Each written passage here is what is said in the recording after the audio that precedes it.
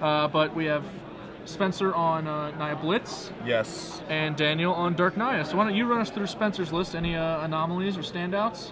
Nope, it's pretty straightforward. 3 Thalia, 1 Gork Clan Rampager, and just straight 4 Spear. We've seen some Boros Charms and Selesnya Charms and stuff. None of that. If I'm not mistaken, it's the exact same main deck as Kyle Dembinski, who we've seen twice already. Yeah, it appears so. Over here on Daniel Duskang, we actually have something a little interesting. It's Dark Naya, although not without the Rakdos' returns that made the archetype an attractive choice a season ago, I guess I should say, something like that. If not return, what are we splashing? We're splashing for Olivia Voldaren, 2 in the main deck. Powerful creature. Yep, and that's our only black access in the main deck. We have another Olivia in the sideboard, 1 Rakdos' return in the board, and 2 Slaughter Games. I was going to say, Slaughter Games is a heavy incentive in the sideboard. Likely the biggest incentive there. One of the more interesting cards that Daniel is running is Assemble the Legion. Card we've talked about a lot today. Yep, we've seen it on camera, in fact, and it, including it alongside Garruk Primal Hunter, 4 Thragtusk, and 2 Thundermaw Hellkite, mean that Daniel has 10 5-drops in his deck. That's a lot. That is indeed quite a few high drops. What do we have? Pilgrims and Farseeks to get us there? Yep. I imagine in this matchup he'll be siding out several of them, most likely the Thundermaw Hellkites. He's indeed the control here. Thundermaw Hellkite, while effective and efficient, I don't really like keeping it in against aggressive decks unless you're on like a Aurelia plan, because it can kill someone in 2 turns with Aurelia, which is a nice luxury to have against those aggressive decks. But otherwise, it's pretty much just the 5/5 for 5 vanilla blocker. Lava axe you. I'm dead? Well, that sucks. Oops, yeah. Probably should have played defense, that Hellkite. 5 mana go. Yeah. Well, it looks like Dark Naya did take game 1, which is kind of a big deal, right? Yeah, if it's on the play, I actually like it a fair bit in the matchup, and Daniel's list is well suited with main deck 3 Searing Spear, 1 Mizium Mortars, and a Garruk Relentless as an additional 4-drop to short up. Plus, he's got 4 Boros Reckoners. If he lands one of those on turn 3, it's tough for any creature deck. Yeah, Reckoner is one of the cards that is least talked about, but most powerful against the Blitz decks. Like, it's a fairly common card to see, right? Mm-hmm. But decks that could play it and are never considering it for this matchup. It's just like, oh, I don't like Reckoner in my deck or whatever. But like, it is honestly one of the best anti-aggro creatures printed in a long time. And especially when all of the aggro deck's creatures are like 2/2s and 3/3s, they match up like very favorably. So I have to assume, because he does seem a little light on removal main, to have won a game 1 against Blitz. But the Reckoners, I have to assume, played a big role. Yeah, I actually tried cutting Reckoners from these Nihilists when I was experimenting myself with Dark Naya to try a Borderland Ranger engine, and I lost a few matches to Red Deck wins and just decided, you know what, no, I'm going to go back to these Reckoners and just stop this nonsense. And I did. Yeah, it's just the most efficient. Like, they can't attack past it, they can't, like, alpha through it, and if they want to kill it, then they have to, like, sacrifice a guy, 2-for-1 themselves. Spencer is running the pacifisms, which we've seen also as Bonds of Faith, as answers to Boros Reckoner and Thragtusk. That is one of the cleaner answers to the Boros Reckoners. Really awkward against Restoration Angels, though. That is true. That is very true. If you like Bonds of Faith of Thragtusk and it gets Restoration Angels, that was the sound of me vomiting. Yes. Anyone who can't that see is this. Very hard to come back from. Interestingly enough, Naya Blitz is one of the archetypes that I think actually can't make fantastic use of Volcanic Strength, which is the other R people turn to against Reckoner and Thragtusk, because it really needs to be attacking with everybody to get a lot of the action going. With things like Lightning Mauler and Boros Elite, they're really just not that impressive when they're by themselves. Mayor of Averbrook is certainly not there to give one guy +1/+1. He's a team player. Yeah, and I mean that's what you see with the frontline medic and, as you said, the Lightning Mauler. It is a battalion deck. Yeah. In essence, it's a swarm strategy, and Volcanic Strength doesn't exactly, while being powerful and being good theoretically in those matchups, it doesn't exactly go with the aggressive game plan that Blitz has. Yep, it's interesting to see the dichotomy between the pacifism effects and the Volcanic Strength effects in this particular Reckoner-defined metagame. It's actually what Spencer has here is Gruul Charm out of the board, which is a pretty interesting one. Yeah. Because what's better than Volcanic Strength, a single guy unblockable creature, is a Falter. Yeah. when you're swarming. So I guess that makes sense. Sure, seems totally reasonable to me. We're having some camera difficulties. In case you couldn't tell, Spencer is not actually under a strobe light. Spencer is actually Doing the the first robot. mechanical Magic player ever made, and he, bringing Deep blue. Yeah, making a deep run. Yeah, it's deep U.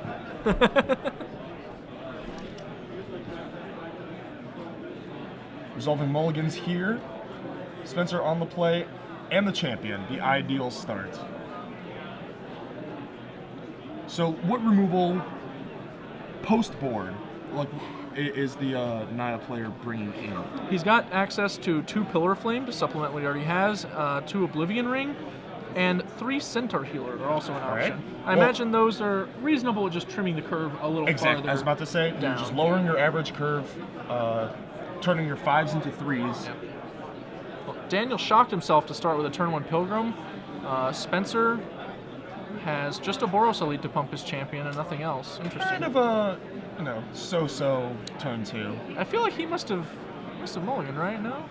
He's only 1, got 2, 3, 4, 5, 7 6, cards. 7. Yeah, they're both on he 6 cards. He started Yep. on 6, for sure. Okay. Both have mulled to 6 for this game, so this makes the game state make a little more sense. More Pilgrims. Another land. These Blitz decks, they play very few lands. This one For a running reason. 20. Yeah. Flooding out with this deck is not good. You don't have things like Keswick Wolfrun to actually leverage it. Right. You actually need literal spells. There's no cheating with the spell lands. And not only do you need actual spells, you need a bunch of them. Because the cards work together. You are attacking en masse. Spencer obviously not willing to risk a Boros Elite trading here. That would take him off Battalion. And Daniel appears to be considering a chump, considering he's going to be playing Huntmaster next turn regardless. Yeah, he doesn't have the He's shy of Black Source for that Olivia. black in for his the hand, Olivia, yeah, so this is just going to be a Huntmaster, bide some time, try and get to the point where Olivia can take the game over. It looks like he does have a Farseek, so he's just, stabilizing the board a little, trying to create some space for himself, to give him the turn off he needs to get Olivia into play. I think that I probably would have cast the Farseek this turn, to be honest. We're not dealing with Battalion from that frontline medic by playing this Huntmaster. We're just going to get hit in the face. Just eat 9 and, and get the black out there? I mean, are we not just eating 9 this turn, Yeah. What else are we doing? And we don't have any way to take him off Battalion, whereas before we could hope he didn't have another creature and then be able to play and activate Olivia maybe next turn. I don't know. This just seems like we're going to be dead before we ever do anything. Yeah, I think that line follows if you don't chump with the Pilgrim the turn before. Yeah, I agree with that. Once you chump, you're kind of priced into playing Huntmaster, but I agree that is an interesting line, definitely worth looking at from Daniel's side. But it looks like now he has to take the turn off to Farseek, he's got nothing else. Yeah. He can't, and just passing doesn't really accomplish much because he can't take Spencer off Battalion. Exactly. He'll just be getting hit again. So you can kill one of the Boros Elites, and then your 4/4 blocks the frontline medic. You're still taking 7. 7? Yeah, 7 will put him to 5 unless he throws away the Pilgrim as well. That is a lot. And that's assuming Spencer doesn't draw anything to increase the damage. Which thankfully for Daniel he doesn't. Yeah. But this is still a fairly tremendous board position.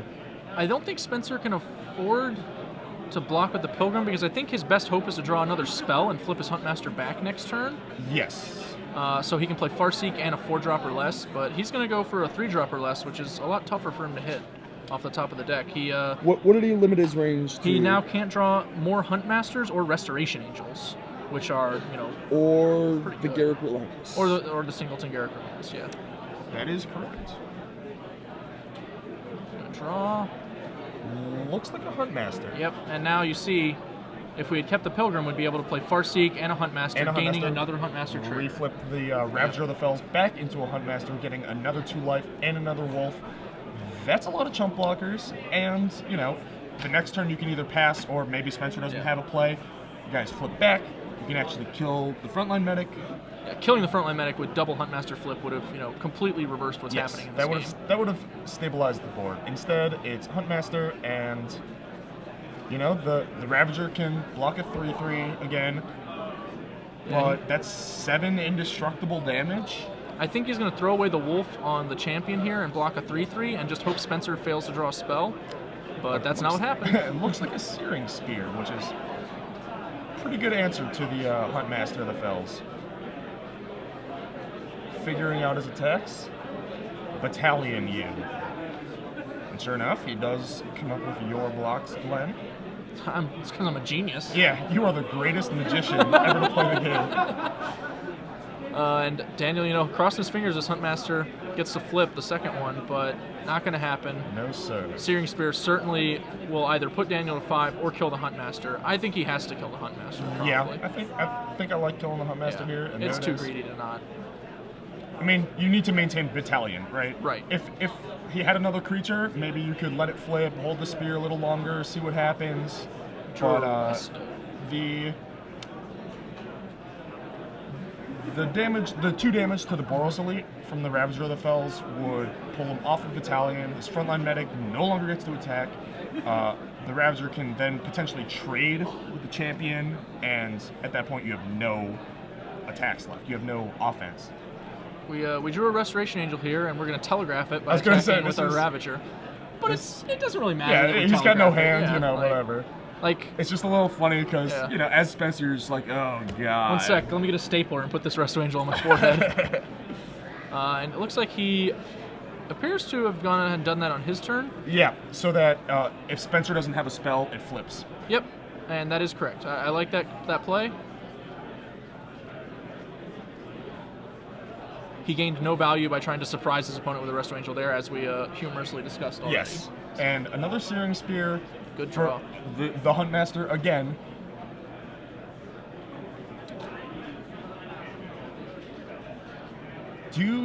I think you just attack here, right? Yeah, everybody. What's the worst that could happen? Yeah, exactly. Frontline Medic kind of makes it foolproof. Just send them all.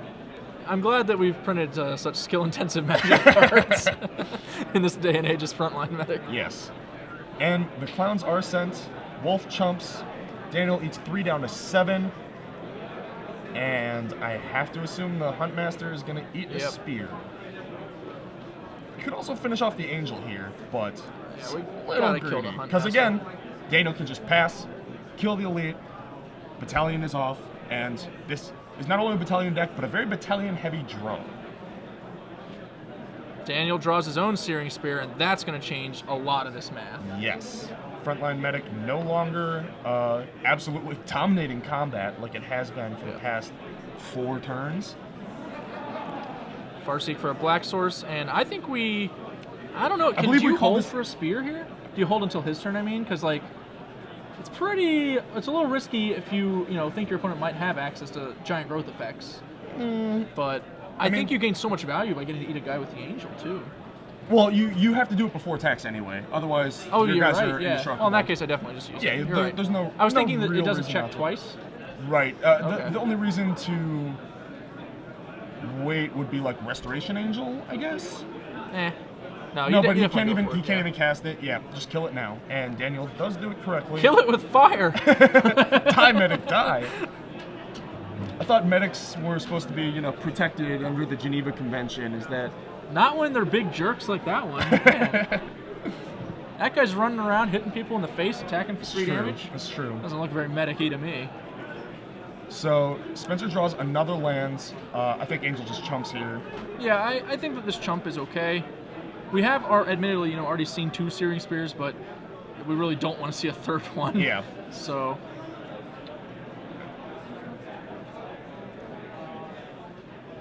Olivia, that is. Yeah, Olivia. Hopefully just enough. Kill the Elite, but now you actually can't trade. Because you kind of need that Olivia to win. Can't trade or shouldn't trade? Shouldn't, I feel. I may be wrong there. Lightning Mauler is going to make it impossible for Daniel to trade anyway. Indeed, indeed. I imagine Spencer just plays it and gets Daniel to 2. Like, attacking with Lightning Mauler, I think, is actually slightly better than not attacking with it, since he won't get a counter on the Olivia. Right. Amusingly enough, the suicide attack better than the no attack. I mean, he could not attack, which would be playing around a Black Source. but you know, it's that versus. Yeah, I don't even think that, like, you're not... I mean, you gain value from him drawing a Black Stars, because then he'll just steal the champion and you still have Lightning Mauler, but it's not like you can attack with the Lightning Mauler anyway. Like, Yeah. So the fact that it's still in play is mostly irrelevant at that stage. And now it looks like Olivia's just going to cowboy up here. Yeah, I mean... God, it's depressing how many games we've watched Olivia win today. It is so good Thoroughly right now. depressing. It is so good. I mean, there's so many small creatures and so little pieces of hard removal, so few pieces of hard removal. And, you know, every deck has Farseek, and the games like enter this sort of, I don't want to say late game, but this sort of top deck mode.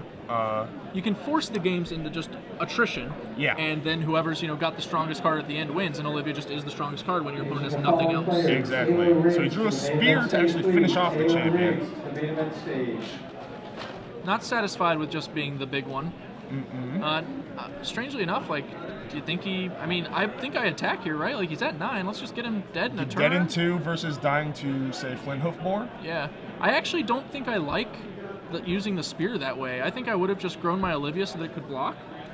And like held Spear access the to the dome, spear, kill and then them in end one. step, spear the dome, untap, attack. And if he plays the Flint Hoofboar, say, then you know about it, Yeah, and you exactly. can spear that, and It's basically foolproof, because either way you're untapping and killing him. yeah, I agree. I'm not quite sure what he was playing around there, but Because now we just have to like wait for another creature to show up to grow our guy big enough, if we're going to be playing scared the whole time anyway. Right. Provided you have at least 2 or more match wins. oh, here it comes. I think we might have drawn a creature. Maybe my guess. removals? Maybe. Or maybe he just feels safe with 6 mana up. He's like, nothing can beat 6 mana. Yeah, I mean the Flint Hoofboar is gonna get shot anyway. I mean, an end step restoration range would be offered, but he assumes, I guess, his opponent's not playing those. Lightning Mauler does not quite do it, and it looks like the match will be going to Daniel in a moment. Daniel's like, ooh, you got me, or no? And there it is. All right, well, Daniel Olivia gets there. wins another one. You know, an amusing anecdote I have for Olivia actually is Is it about the art? no. Okay. When the Gatecrash set came out, I actually kind of had a feeling, just looking through things, Olivia